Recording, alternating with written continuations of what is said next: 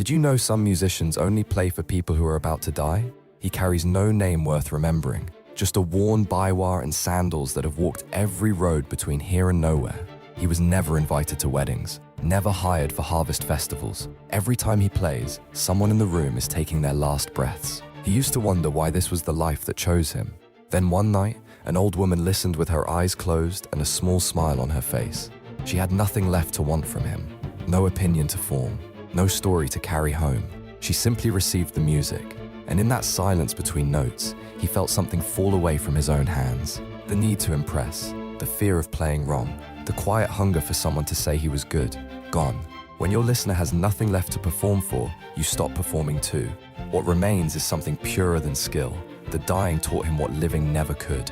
Ego only survives where approval is still possible. Follow Silent Resolve for more anime life lessons.